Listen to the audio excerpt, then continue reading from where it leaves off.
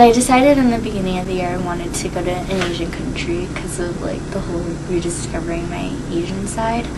I always knew I wanted to go to Japan. I always knew that, so that was settled. I wanted to go there for a long time.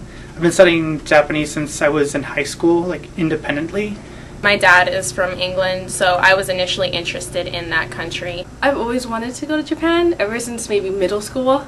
So I think the biggest thing that excites me is that like this cross-cultural connection with the US and these things that are coming back and forth between both countries, and I just think it's, you know, going there and seeing things that are quote-unquote American and they're Japanese in Japan. I really want to travel around when I get there, just in the country, and to get a feel for the modernized Japan and the traditional Japan. Kyoto has a lot of the traditional stuff still around, and I want to get a feel for not the big city life, but the rural stuff that still exists, that's untouched by the globalization that's occurred. After like this year, I kind of like discovered what I want my senior thesis to be about. And Emily Nedge at the honors department like always encourages us to kind of like start figuring out what we want to think about writing. And I'm a political science major, and well, I kind of discovered that I wanted to do like comparative politics, and I think being in Hong Kong would obviously be beneficial academically because I won't just be writing about like what I read in like textbooks and what I see in like movies and videos and stuff. Like I'll actually be there, and I think that'll totally give me a better like paper, right? Because I will have had experience. First, I just want to take a look around and see if it's like what my mental picture of it, or even close to what my mental picture is. But also, I had some friends who were there because I was involved in the extension center close to UCR. So I want to meet up with them and see how they've grown, and they can see, you know, if I've grown at all. Personally, I think it'll just, you know, make me grow more as a person, make me more independent.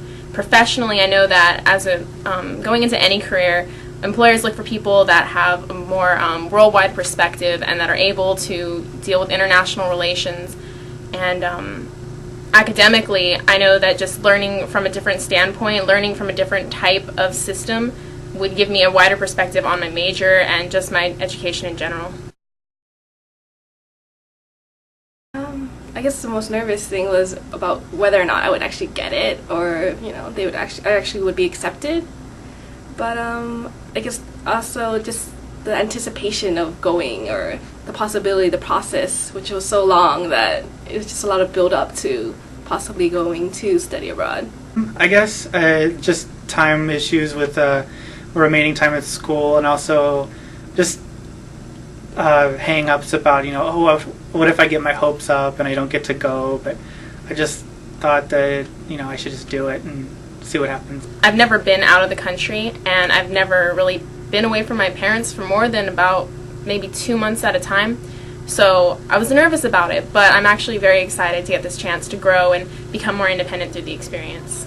Well, I knew that I kind of wanted to study abroad, but of course I was really apprehensive because of like the whole price issue. But once I came to the EAP center and learned more about like what it costs and like how you pay for it and like everywhere you can go, I was really encouraged by all the counselors here, and a lot of my friends too that went abroad were like, you have to go, and my parents also. So everyone around me was really encouraging about going abroad. But of course it was my decision. I think the biggest concern is money. The cost of living is so high in Japan, and the financial state of just the country right now is awful. Money is still kind of an issue, but to minimize the cost to myself as much as possible, I just started looking for scholarships.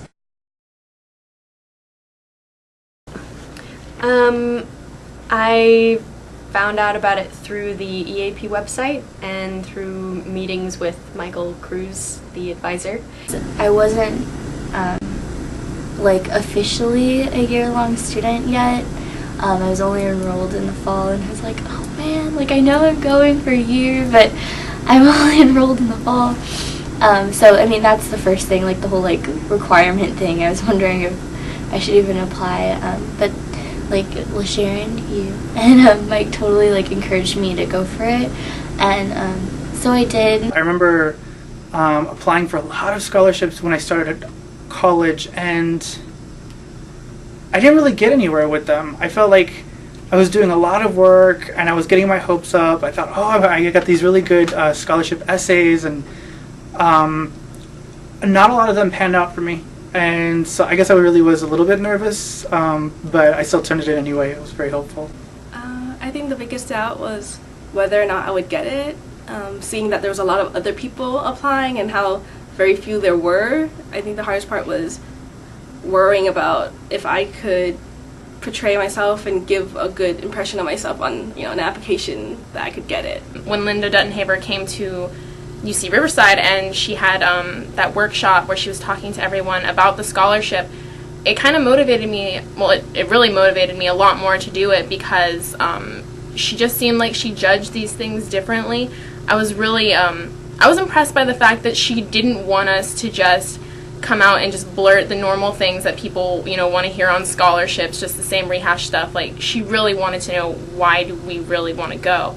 And so that made me a lot more motivated to really, you know, just, I can say what I want to say and see if she thinks I'm eligible.